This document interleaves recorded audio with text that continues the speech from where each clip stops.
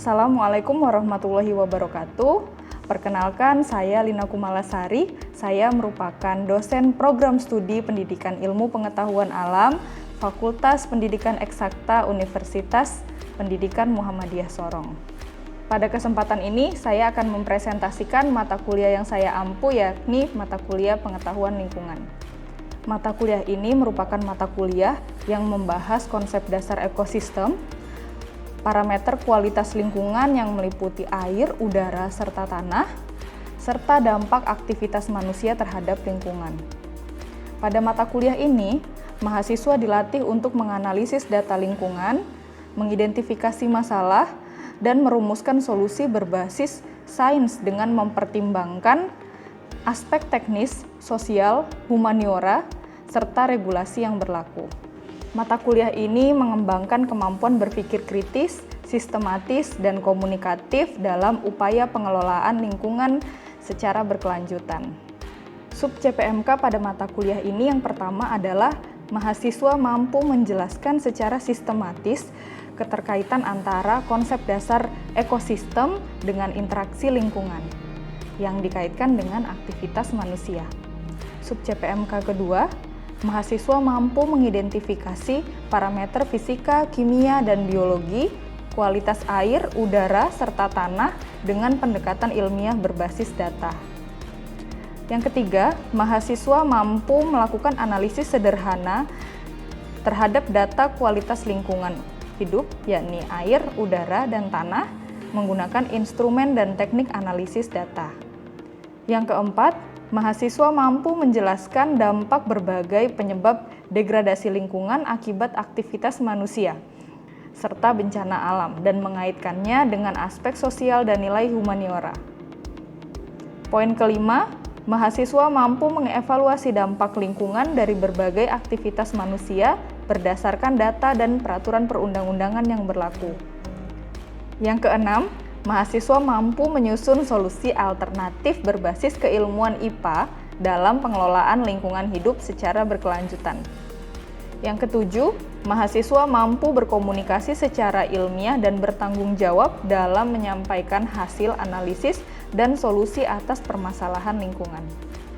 Mata kuliah Pengetahuan Lingkungan memiliki bobot 2 SKS dan dipelajari di semester 6 di program studi Pendidikan Ilmu Pengetahuan Alam. Sistem pembelajaran yang dilakukan menggunakan model DIA, Delivery, Interaction, and Assessment. Delivery dilakukan dengan penyampaian masalah atau penayangan materi, kemudian interaktif dilakukan melalui diskusi dan tanya jawab, assessment dilakukan dengan pemberian tugas, kuis, serta evaluasi yang bertujuan untuk mengukur kemampuan akhir mahasiswa setelah menerima pembelajaran. Buku yang dipelajari bisa menggunakan berbagai sumber, salah satunya adalah Becker, Marfai, Miftahul, Tiro, dan Syamsuri. Mata kuliah ini akan diampu dalam 16 pertemuan, akan ada UTS di pertemuan ke-8 dan UAS di pertemuan ke-16. Warahmatullahi wabarakatuh. Selamat pagi, salam sejahtera untuk kita semua. Selamat pagi, Bu. Sebelum mulai pembelajaran hari ini, kita berdoa bersama-sama. Berdoa dimulai. Berdoa selesai. Baik. Hari ini ada yang tidak masuk? Atas nama? Ulfa sepertinya ya, tidak masuk. Masih izin sakit. Oke. Baik, hari ini merupakan pertemuan yang ke-11, yaitu materinya terkait etika lingkungan dan kearifan lokal. Khususnya kita akan membahas kaitannya dengan pohon sagu di daerah Papua sini. Sebelumnya kita refresh lagi pada materi pertemuan sebelumnya. Masih ingat? Pertemuan ke-10 kita membahas apa? Silahkan Julieti. Dampak gejala lingkungan terhadap dampak gejala alam terhadap lingkungan. Oke, dampaknya apa saja, ada yang bisa menyebutkan? Masih ingat? Dampaknya iklim dan Wilmina gantian ya. Dampaknya ada dua, yang pertama bersifat bencana, yang kedua bersifat iklim.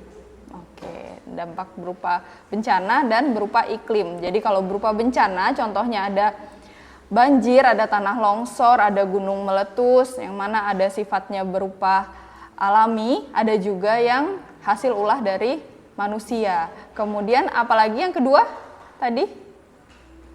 Perubahan iklim. Perubahan iklim, baik. Selanjutnya kita akan membahas etika lingkungan. Saya sambil berdiri ya.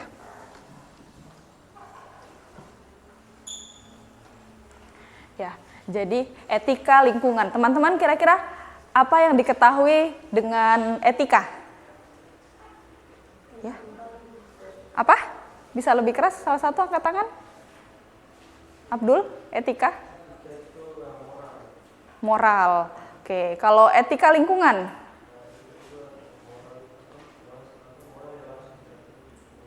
Oke, moral yang dikaitkan dengan lingkungan. Florencia?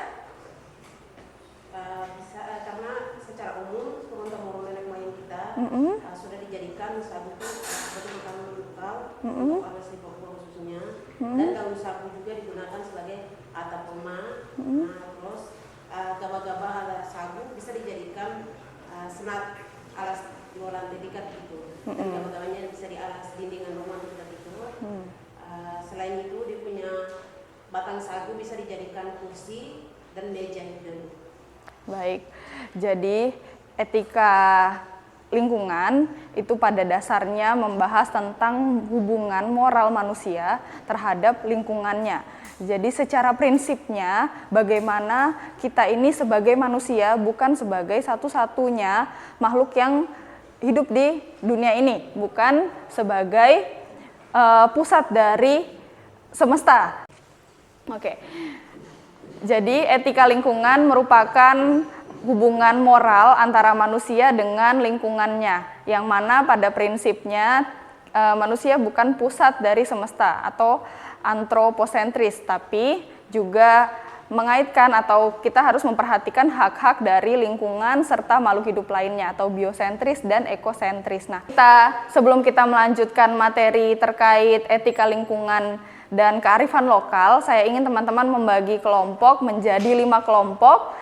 Kemudian kita akan membahas studi kasus terkait keberlangsungan pohon sagu atau hutan sagu di kawasan Papua. Silahkan dibagi kelompoknya. Oke. Isi? Nah, nanti bisa jawab di baliknya hasil diskusinya. Kalau yang bawa laptop bisa dibuat dalam bentuk PPT untuk dipresentasikan selama 5 menit. Waktu pengerjaannya 15 menit dari sekarang.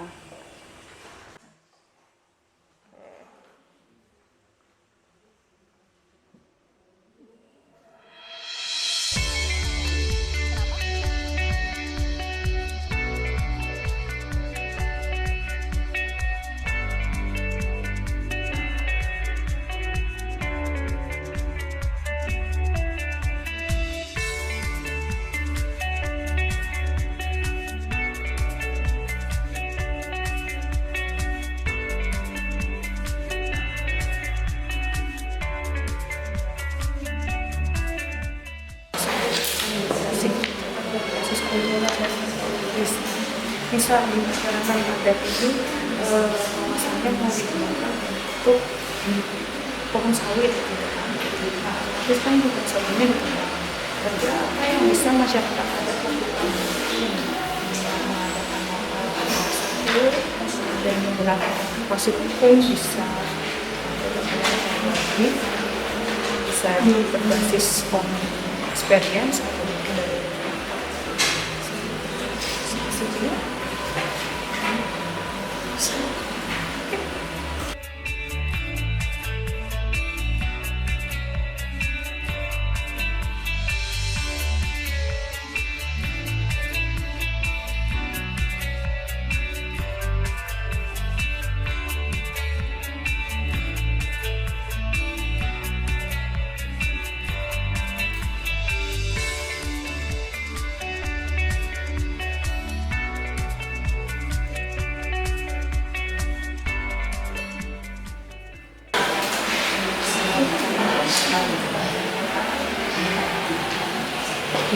So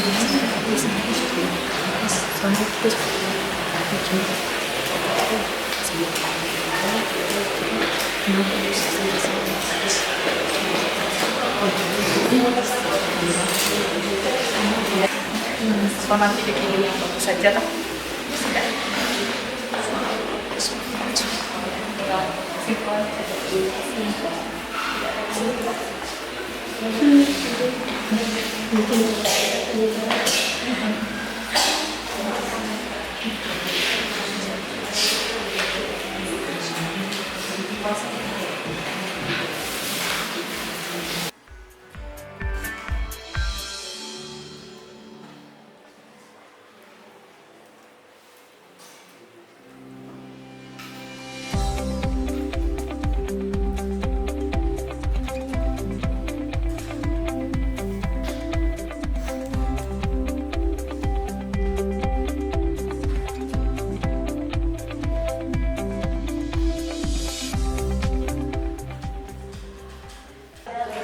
Sudah selesai. Oke, kalau sudah selesai diskusinya, kita lanjutkan dengan pemaparan hasil diskusi kelompok, dipresentasikan untuk kemudian kita diskusi secara menyeluruh di kelas. Oke, boleh diatur bangkunya, dikembalikan seperti posisi awal. Mungkin saran dari kelompok 1 terkait hasil diskusinya, tolong diperhatikan, kemudian nanti diberikan kesempatan untuk tanya jawab dan diskusi lebih lanjut. Silahkan. Jadi yang dari sini dari kelompok 1 kami presentasikan kerja kelompok kami. Saya akan memberikan waktunya kepada teman saya di sini. Untuk anggotanya saya sendiri Julieti dan rekan saya Panusia. Saya berpikir Untuk pokok pembahasannya yaitu etika lingkungan dan kearifan lokal Papua. Nah, untuk studi kasus yang pertama, di sini pembahasannya itu apa masalah utama yang sedang terjadi. Nah, untuk penyelesaian yang sudah kami siapkan yaitu pertama masalah utama adalah rencana pembukaan lahan perkebunan kelapa sawit yang dilakukan di Kabupaten atau Provinsi Papua. Kemudian untuk studi kasus yang kedua atau nomor 2, siapa saja pihak yang terdampak.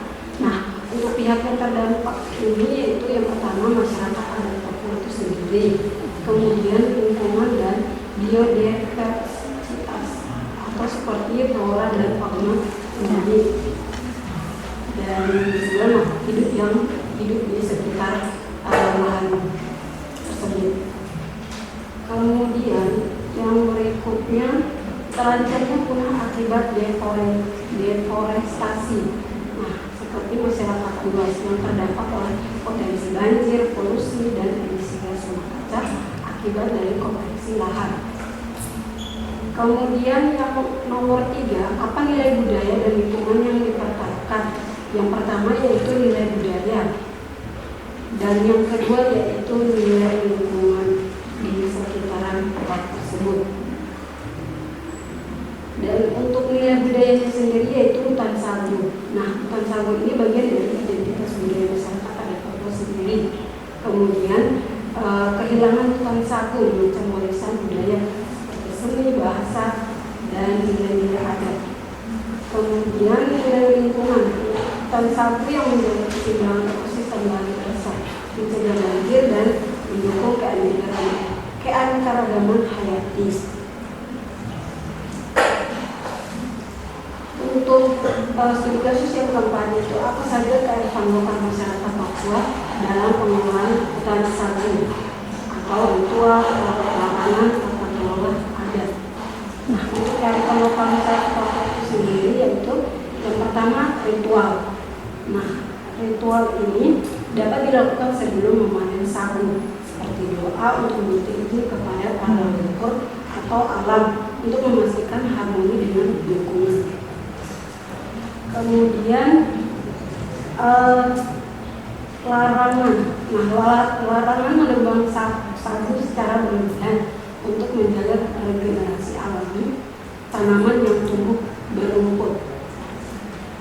Dan pembatasan pembatasan akses ke area sagu tertentu yang dianggap sakral seperti dusun, adat, atau kampung sagu untuk melindungi nilai spiritual.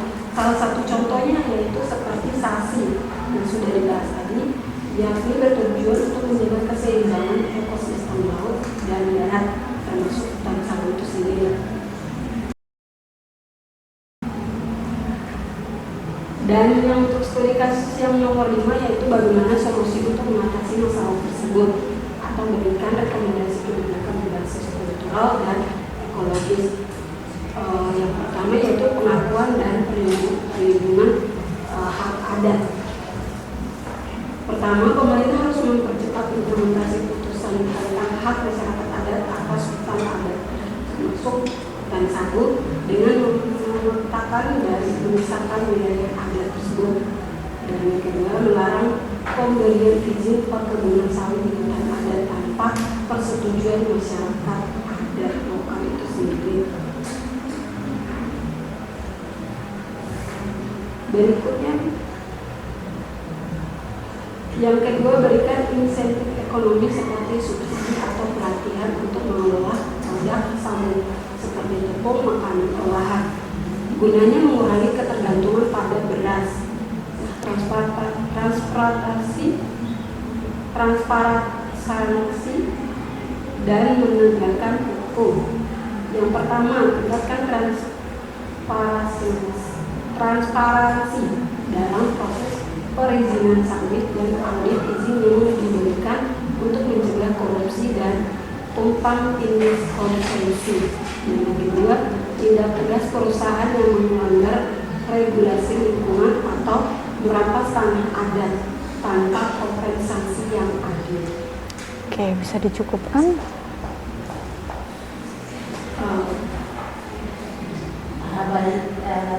Ibu dan teman-teman semua, hari ini presentasi dari kami kelompok 3. Saya akan berikan waktu pada teman-teman jika ada yang mau bertanya.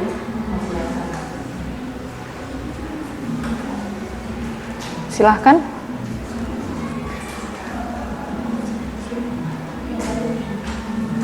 Angkat tangan. Kami dari kelompok 2 bertanya di sini pertanyaan kami di kasus yang ketiga, apa nilai-nilai dan lingkungan yang dipertaruhkan.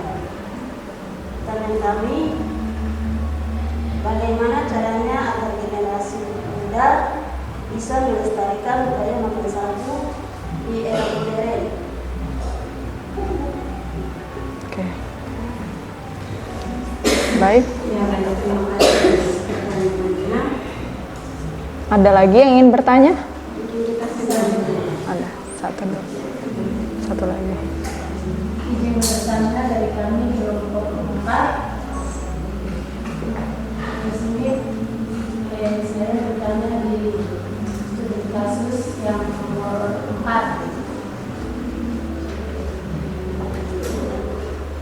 Bagaimana jaringan lokal hutan sagu tetap terjaga dan tersedia untuk generasi kita ke depannya? terima kasih.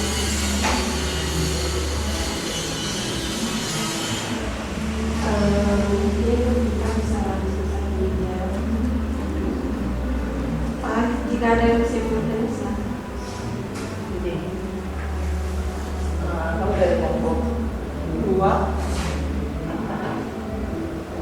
Pertanyaannya, jelaskan secara rinci dampak konversi hutan sagu terhadap masyarakat adat Papua.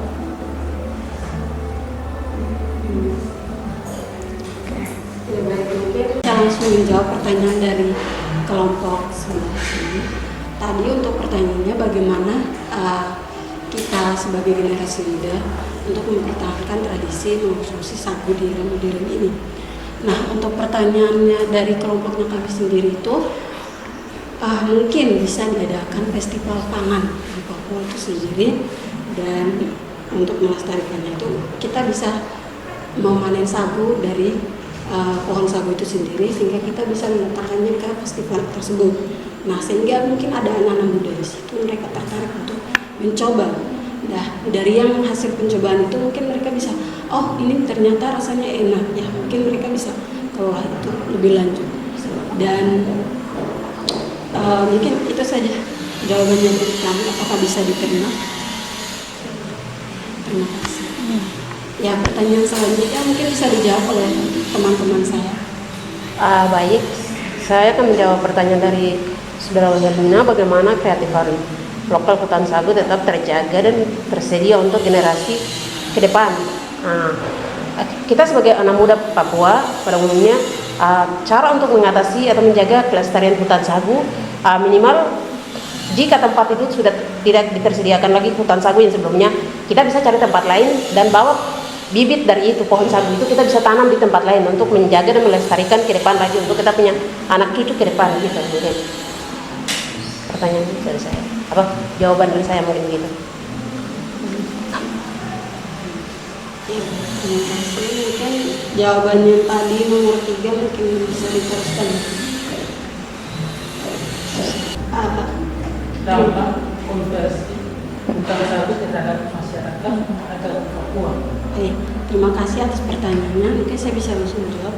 Dampak konversi dari lahan tersebut bisa kita lihat mungkin seperti kekurangan dari habitat flora fauna yang terjadi di lahan tersebut, mungkin kekurangan tanaman atau hewan yang ada di lingkungan sekitar tersebut, mungkin mereka bisa langsung hilang atau punah di daerah sekitaran tersebut karena memang sudah tidak bisa ada lagi kehidupan di lahan tersebut.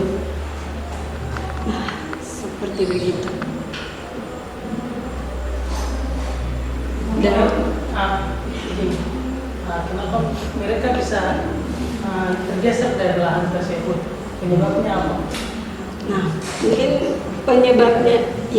penyebabnya itu sendiri mungkin dari gimana ya, tumbuhan atau tanaman yang ada di situ sudah tidak berkembang lagi sehingga makanan yang mereka ambil dari situ sudah tidak ada lagi, sehingga mungkin hewan-hewan tersebut memutuskan untuk pergi ke lahan lain atau cari tempat yang mungkin bisa ada lahan atau tanaman atau tumbuhan yang bisa menghasilkan buah sehingga mereka bisa dapat makan begitu. Ya, mungkin seperti begitu. Baik, oke, silahkan ditutup. Baik, sekian hasil diskusi dari kami kelompok 1. Jika ada salah kata kami mohon maaf. Akhir kata kami ucapkan wassalamualaikum warahmatullahi wabarakatuh. Shalom, selamat siang, salam sejahtera. Terima kasih Ibu dan teman-teman atas partisipasi kehadiran untuk hari ini. Terima kasih. Silahkan apresiasi kelompok 1. Boleh dirapik. Itu tadi kita sudah berdiskusi terkait hutan sagu studi kasus yang ada di Papua. Nah, kenapa kita membahas ekosistem hutan sagu? Karena sejak dahulu masyarakat adat Papua ini tidak lepas dari hutan sagu, dari pohon sagu. Pohon sagu itu manfaatnya apa untuk masyarakat adat? Yang pertama, sebagai bahan pokok, sumber pangan pokok. Nah, selain sebagai sumber pangan pokok, dia juga berpengaruh sebagai tempat untuk tradisi spiritual. Ada juga pemanfaatannya sebagai pembangunan. Nah, kira-kira bentuk kearifan lokalnya seperti apa? Tadi sudah dijelaskan oleh kelompok 1, bisa berupa larangan atau sasi. Contohnya larangan untuk pemanenan dalam beberapa waktu, gunanya untuk menjaga ekosistem. Kemudian ada sistem pengelolaan klan, tadi dijelaskan oleh salah satu teman kalian, Joni, bahwa ada marga-marga tertentu yang mempunyai hak untuk mengelola wilayah tertentu. Nah, selain itu ada rotasi pemanenan.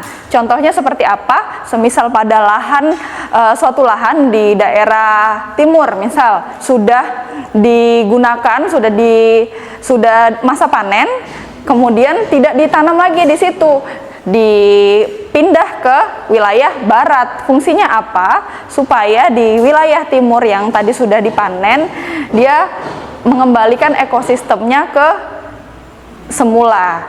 Nah, fungsinya untuk menjaga keberlanjutan ekosistem.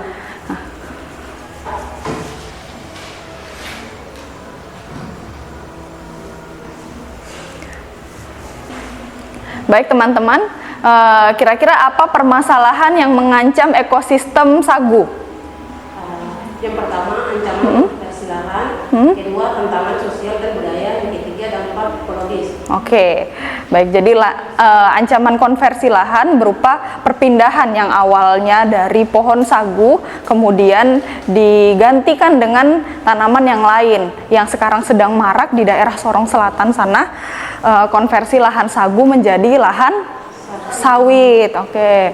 Kemudian tantangan sosial dan budaya, pergeseran nilai-nilai modernisasi membuat generasi muda mulai meninggalkan sagu sebagai bahan pokok. Sebagian besar sekarang mengkonsumsi nasi sebagai bahan pokoknya. Kalau dulu mama-mama itu menebang sagu, kemudian ditoko, prosesnya diramas, diendapkan sampai kemudian siap dikonsumsi. Sekarang generasi muda mulai lebih modern dan banyak yang lebih suka nasi. Nah, itu nanti menjadi PR bagaimana generasi selanjutnya tetap menerapkan nilai-nilai budaya pangan lokal.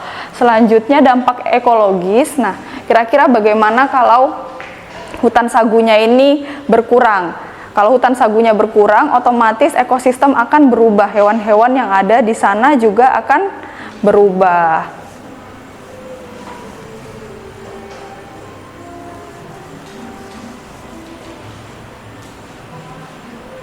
Nah, jadi strategi pendekatan yang bisa dilakukan untuk melestarikan berbasis kearifan lokal, yang pertama kita bisa melibatkan masyarakat adat sebagai tokoh utama untuk melestarikan kawasan hutan sagu.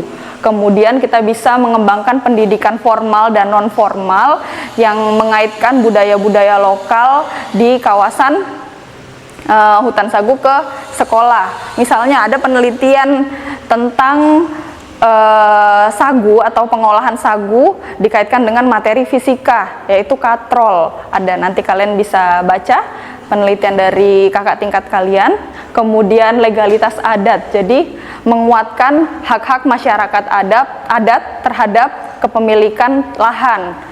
Yang terakhir adalah kolaborasi multi pihak. Jadi masyarakat adat bisa berkolaborasi dengan LSM, dengan universitas untuk mempertahankan ekosistem. Sampai sini ada pertanyaan? Tidak ada? Oke, baik.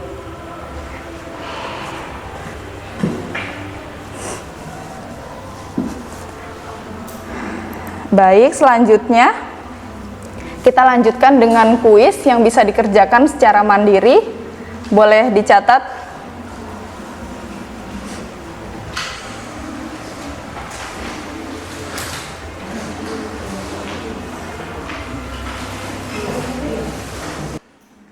Baik, tadi kita sudah mempelajari terkait etika lingkungan dan kearifan lokal, khususnya pada studi kasus hutan sagu, permasalahan di hutan sagu. Kesimpulan dari pembelajaran hari ini, etika lingkungan dan kearifan lokal bukan hanya sekedar moral saja, tapi juga strategi yang ilmiah dan praktis dalam menjaga keberlangsungan ekosistem. Jadi hutan sagu ini merupakan contoh nyata bagaimana tradisi dan spiritualitas bisa menjadi benteng terakhir bagi pelestarian lingkungan hidup. Oke. Saya akhiri, terima kasih atas kehadirannya. Wassalamualaikum warahmatullahi wabarakatuh.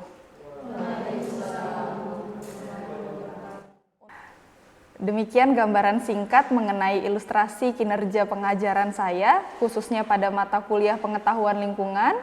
Terima kasih atas perhatiannya. Wassalamualaikum warahmatullahi wabarakatuh.